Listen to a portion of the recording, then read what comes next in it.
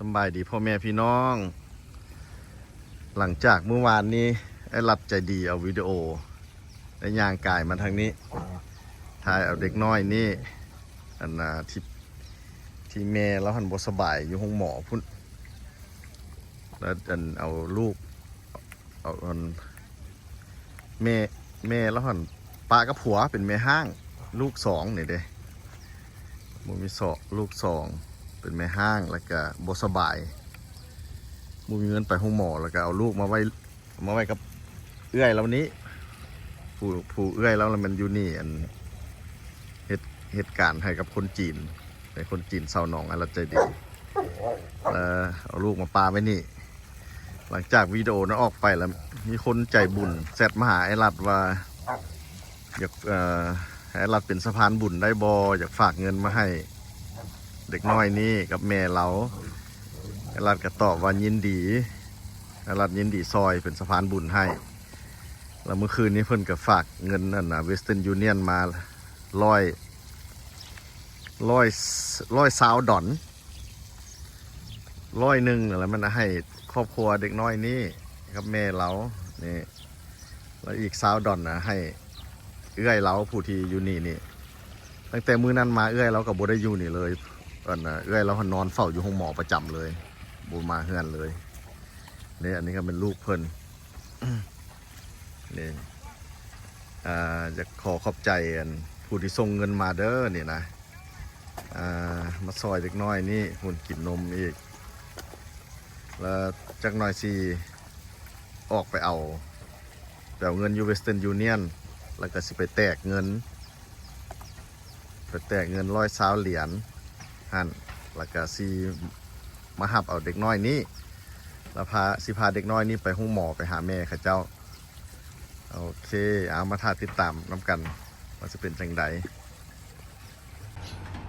วันนี้สิออกไป เอาเงินคนใจบุญฝากมาให้ครอบครัวเด็กน้อยนั่นครับแม่เราอยู่ห้องหมอหั่นกำลังสิออกไปเอาเงินก่อนไปเอาเงินคนฝากมาให้120 เหรียญเนี่ยเอาให้เมียไอ้จอยผู้เป็นเอื้อยหันผู้เป็นเอื้อยกับโบธรรมดาได้เป็นนอนเฝ้ากันกับโบธรรมดาเราโบได้มาเฮือนเลยนะผู้นั้นตั้งแต่เห็นแล้วนั่งข้ามแก้มอยู่หันมือนั้นแล้วก็ไปเฝ้าพาน้องสาวไปห้องหมอแล้วก็ตั้งแต่มื้อนั้นมาเราโบได้มาอีกเลยนอนอยู่ห้องหมอพาให้ผัวนอนหนาวอยู่คนเดียวแต่ละคืนนี่ได้ผัวเราไอ้จอยจอยตัวไล่กะโลเลยแล้วส่งให้ไอ้สิไปซูมิการฆ่าแล้วไอ้สิเอามาพร้อมเลยส่งสวยเด้อโอเคเอาไปธนาคารก่อนบัดนี้โอเคตอนนี้กำลังออกมาเอาเงินเวสเทิร์นยูเนียนอยู่ใกล้บอนไอรัดอยู่บ้านปากทางนี่ก็มันอยู่ปตทเต2นี่ปตทเต2เวสเทิร์นยูเนียนนัมเบอร์เลข10ตัวเลขรหัสเพิ่นเอาให้อยู่ใกล้ๆนี่สิมาเอาเงินธนาคาร LDB นี่บอน LDB นี่ธนาคารเฮาก็เป็น LDB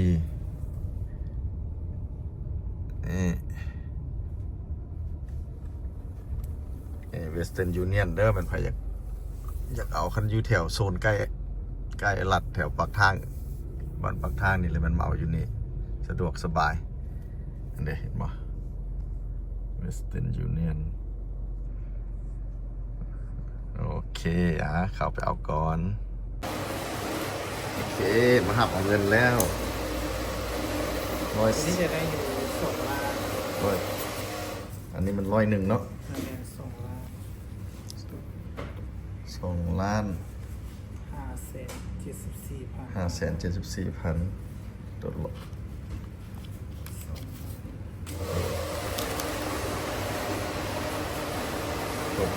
คนส่งมา120แล้วสิ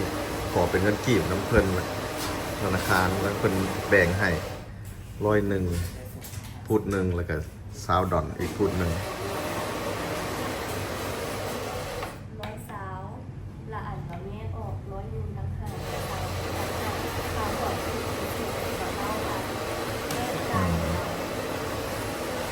คารนี่งามงามธนาคารนี่งามตัวนี้เศร้าว่ะ แม่น โอเคโอเคได้เงินแล้วบัดนี้ขอบใจโอเคบัดนี้มาหับเด็กน้อยนี่ละเงินกับแปลอยู่ธนาคารแล้วแตกก็แตกมาแล้วไปเด็กๆไปให้ไปยามแม่โอนกินนมอยู่ขนาดไปมาเลย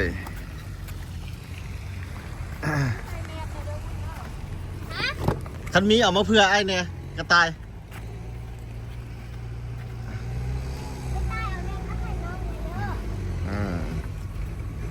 เอามาเพื่อไอ้เนี่ย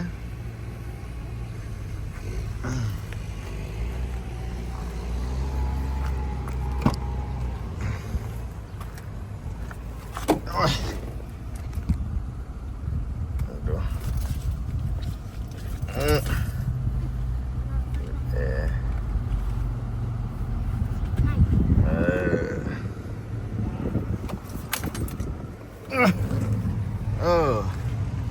เอามาเพื่อไอ้เนี่ยอันนึงยังดีแล้วบอกไปนางงามโลก สิไปได้บัดนี้นะโอ้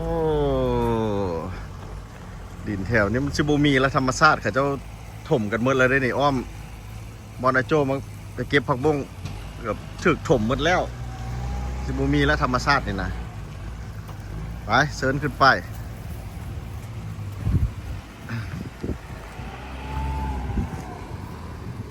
โอเคเอาบนอยู่ลาวบูมีคาซีดเด้อบ่ต้องกันไอ้รัดบูมีคาซีดให้เด็กน้อยบ่ว่ากันเนาะ โอเคพากันมาฮอดห้องหมอ150เตียงแล้วโอ้ยขอเข้าไปในรถติดไปเลยเว้ยไอ้ขอเข้าไปแน่รถหลายมุงกินข้าวสวยด้วยนี่หมดแล้วได้สมองแล้วซ้ายวะโอ้เธอหูบนออกบนเข่าอ่ะ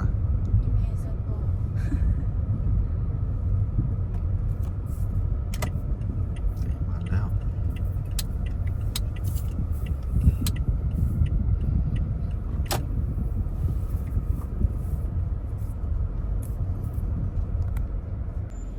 นี่มาฮอดน้องพรแล้วน้องพรมันยืนถ่าอยู่นี่อยู่นี่ใส่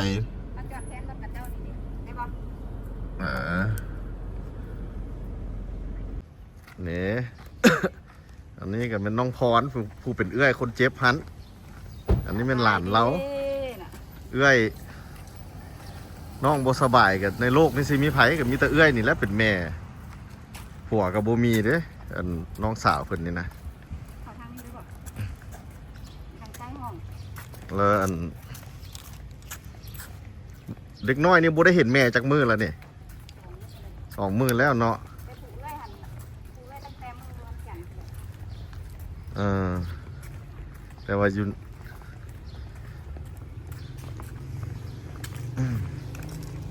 นี่ลูกเพิ่นรับขารถเลย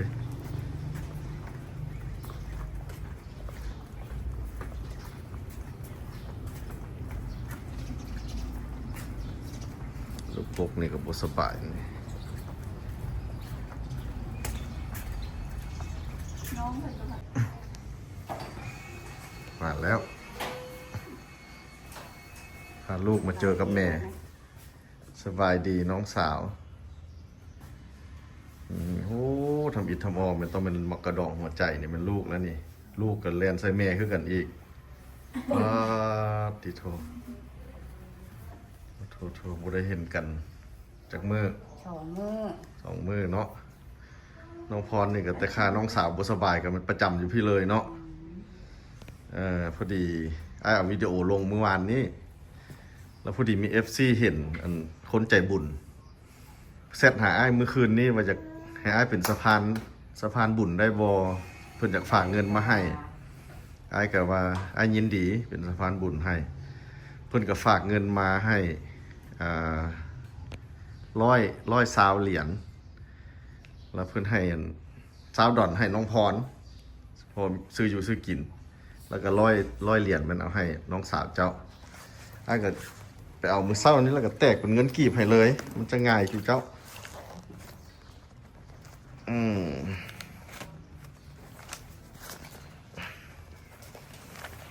เสียกันลูกป้าแก๊สแล้ว เด้อขอบใจคนใจบุญเด้อนี่เงินคนใจบุญ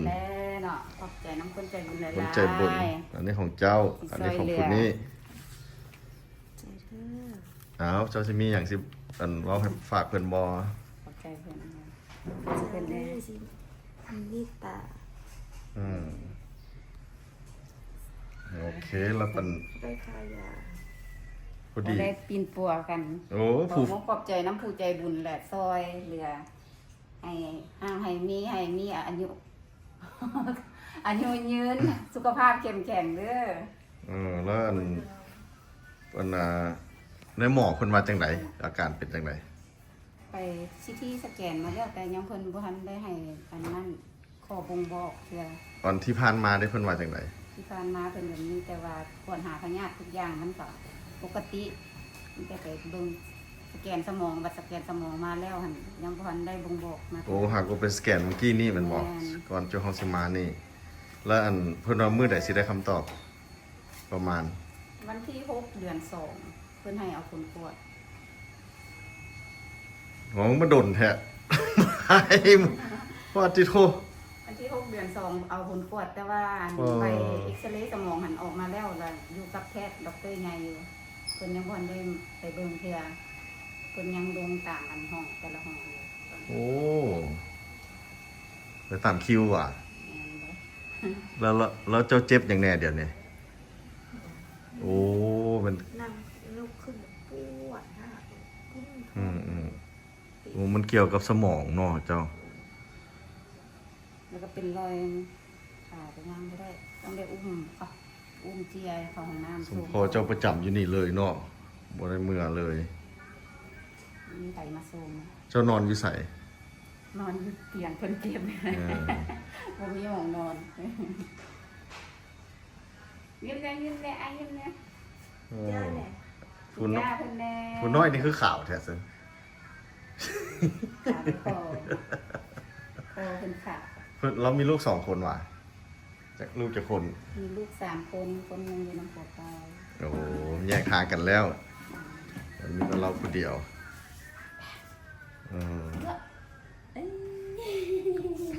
โอ้เจ็บหัวกินข้าวกินน้ำก็ได้บ่ กินกะห้า เอ้า กินห้ามื้อนี้แหละใครขึ้นกินเอากะห้า โอ้มื้อนี้ไข่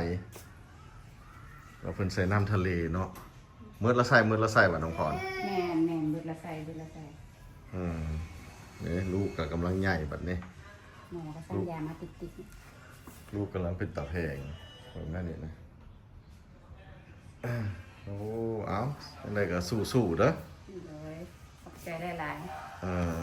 เอากัดนั้นก่อนเอาลูกมาให้เราเซยสม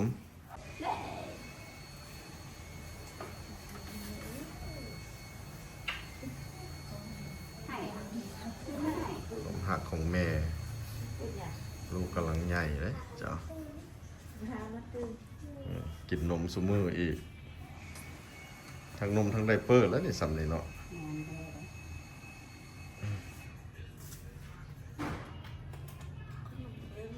จงยากลำบากของชีวิต ขนมนมนะ เอาสู้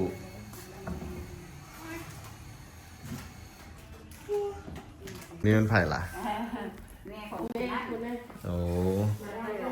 ล้มให้เพิ่นฟังโอ้ยเฮาก็อยู่นำเวลาใจดีเฮาว่า อืม ใจดีสมชื่อเพิ่นอยู่แล้วดำได้ลูกได้เมียแล้วว่ายัง โอ้ก็แม่กับมาว่าสิมาคุ้มให้อ้ายไปขอเลยว่าสันให้แม่ไปขอให้มันแล้วซะแม่มาแล้วว่าสันจะใช่คนไปขอไผ่ จริงๆไปขอไผ่มันยังบ่มีแฟนนะผู้เกี่ยว อาไปเอามาแม่จนกลับประเทศเอาซื่อๆ แม่ก็เลยกลับไปซื้อๆแล้วสิถ้าฟังข่าวดีเด้อแม่ว่า เดี๋ยวแค่เอาเสด็จ เจอแฟนได้เลย มันยังบ่มีฮอตแฟนสิให้เอาไผ่พูดหน่อยความหักของแม่จะเบิ่งด้วยนี่เออ แม่มันได้ก็ต้องได้ก้อน ลูกชายแมันบ่ โดยทุกเซล่า แต่ละสูงขนาดความหักของแม่ โอ้เห็นจังซี่แล้วข่อยก็คือทอดแม่ข่อยคือกันได้นี่ แม่หาคนงานนี่ หามื้อเช้านี้ แล้วก็นี่ ไปส่งเดินยนต์มื้อเช้านี่เด้ข่อยก็นอนบ่ได้คือหลาย คิดฮอดแม่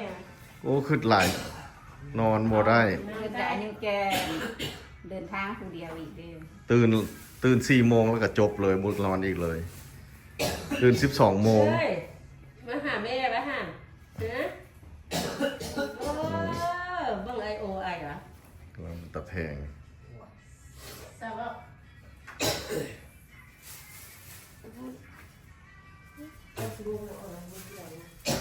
นี่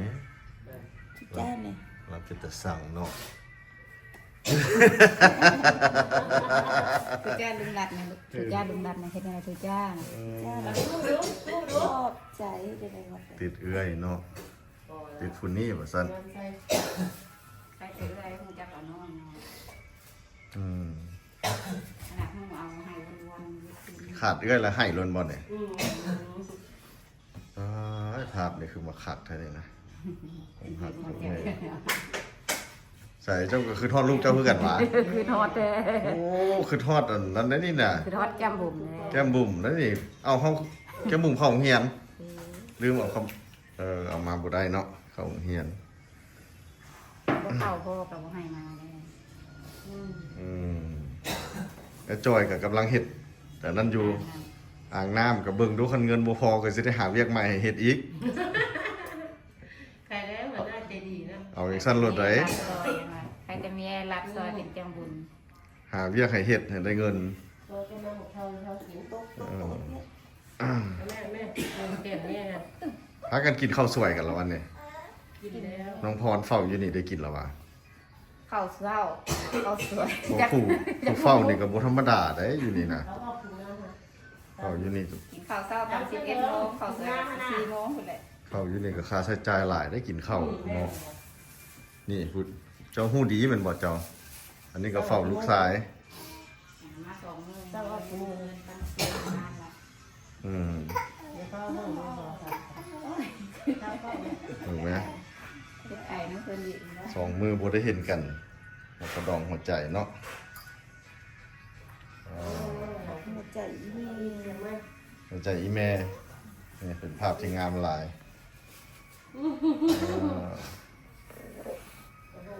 กระดองหัวใจของอีแม่ อันนี้เพิ่นนั่งอยู่ข้างเพิ่นคือทอดลูกเพิ่นคือกัน ลูกไปโรงเรียนขับมาบ่ได้อืม ตักแก่ แต่ว่าหมอไปกวดเลือดก็ว่าบ่เห็นหยัง เจ้า หลายเข็มก็บ่เห็นหยัง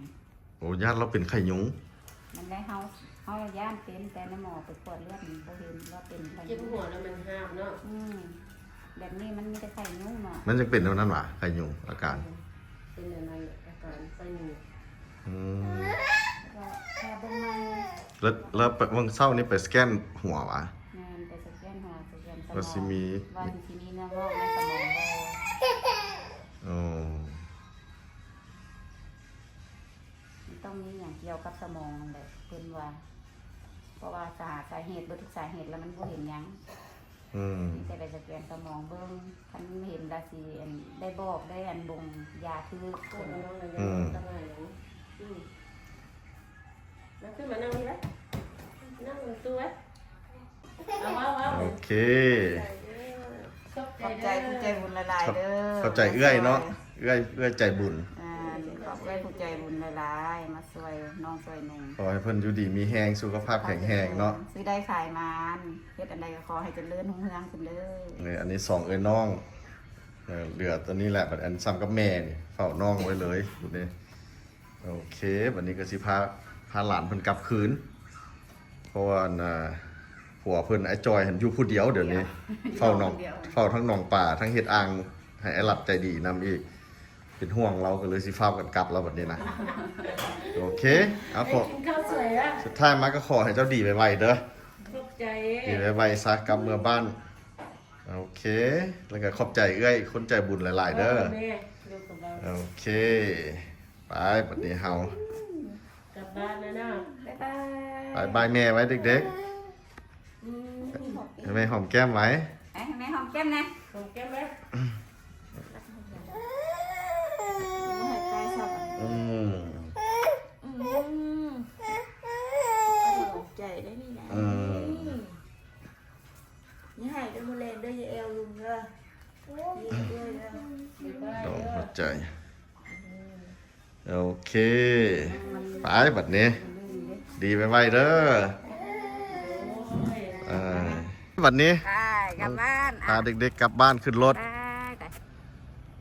เอาน้องพรเจ้าก็สู้ๆเด้อเบิ่งแย่งกันเอ้ยน้องจุเจ้าในโลกนี้บุ้ยไผ่อีกละมีแต่เอ้ยน้องนี่แหละเบิ่งกันนะเจ็บย้ำเป็น น้องบ่เบิ่งกันสิเบิ่งยามได้ ไอ้ก็เริ่มขึ้นแล้วได้นี่หาสิได้เอาซอกเอาลูกเอาเมียไว เอาฮิปเอาซะ ๆย้ำเจ็บย้ำเป็นมาหมู่คู่เขาจะมายำแล้วก็หนีได้บุดเดียว แม่น แต่ว่าครอบครัวเขานี่อยู่น้ำเฮาแม่นบ่ ครอบครัวเฮาเบิ่งเฮาตลอดเด้อ ไปเด็กๆขึ้นรถ มันบ่นุ่มไปขึ้นรถมาเฮ็ด ไป น้องมันเสื้อ เอากระสีขอจนใครไหม สิขอจบวิดีโอเขาก่อน